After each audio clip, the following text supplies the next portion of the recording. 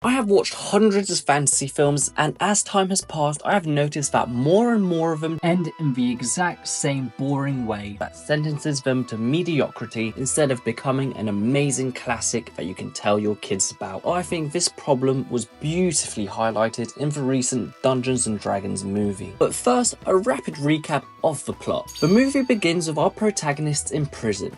Why are they in prison? Well, after losing his wife, the bard decided to become a thief with his group of friends, until in one heist to retrieve a relic to revive his wife, they got captured when the witch that they were helping froze them. After escaping prison, they go to retrieve his daughter that has been under the care of their old friend. Turns out their friend planned on them getting captured, and as a result wants to send them back to prison. They escape again, remake their team, and make a plan to retrieve the artifact whilst rescuing the daughter. To achieve this, they go find a magical helmet and then break into the castle, but they get caught again and get thrown into an arena which they escape before finally rescuing the daughter and capturing the magic tablet. Then they go save the city from the witch and the film ends. If you have not actually watched the film, please do, as that recap is a massive disservice to how good the film actually was, as I only included the major plot points.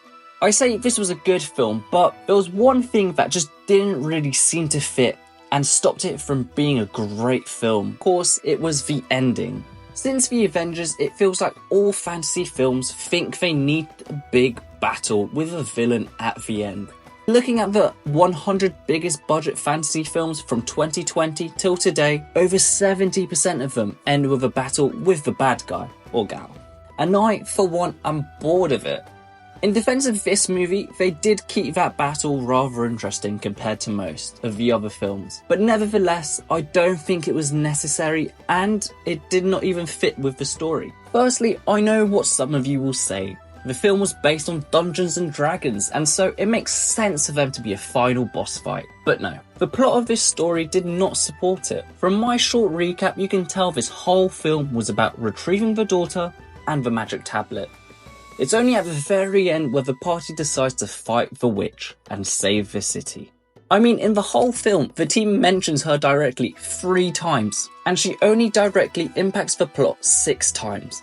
When over half of those, she was just being a tool used by Forge, the friend that betrayed them. And this was mostly done by her using her magic to just capture them. What I'm trying to say is that our heroes are irrelevant to her and her goals, and vice versa.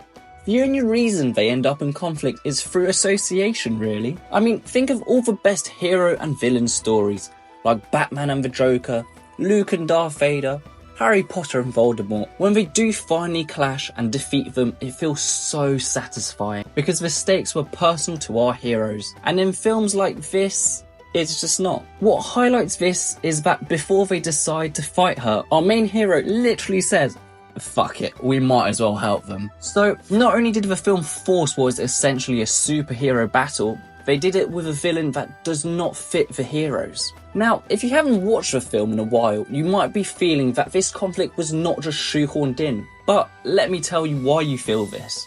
Now, unlike most movie writers these days, the ones on this film were pretty good, and from the beginning of the film they were hinting at the importance of these red wizards. Their name would be casually name dropped in the important events that took place, giving some relevance to our heroes, until they go full on exposition when the new paladin joins the group. That's where we actually learn about why they are bad and what the witch will be doing later in the film. However, all this makes it seem like stopping the red wizards would be more of the paladin's goal, as he's the only one impacted by what the witch is planning to do, and he was trying to go out of his way to protect people.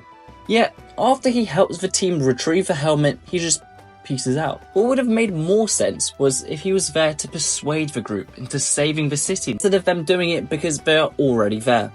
It would make more sense if their motivation was related to the group's past experiences to give it that personal feeling.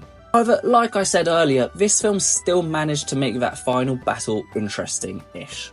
But the majority of films get limited to just punching each other repeatedly until the good guys win. Surely there is a new interesting way to end your films. Some stride, you fools!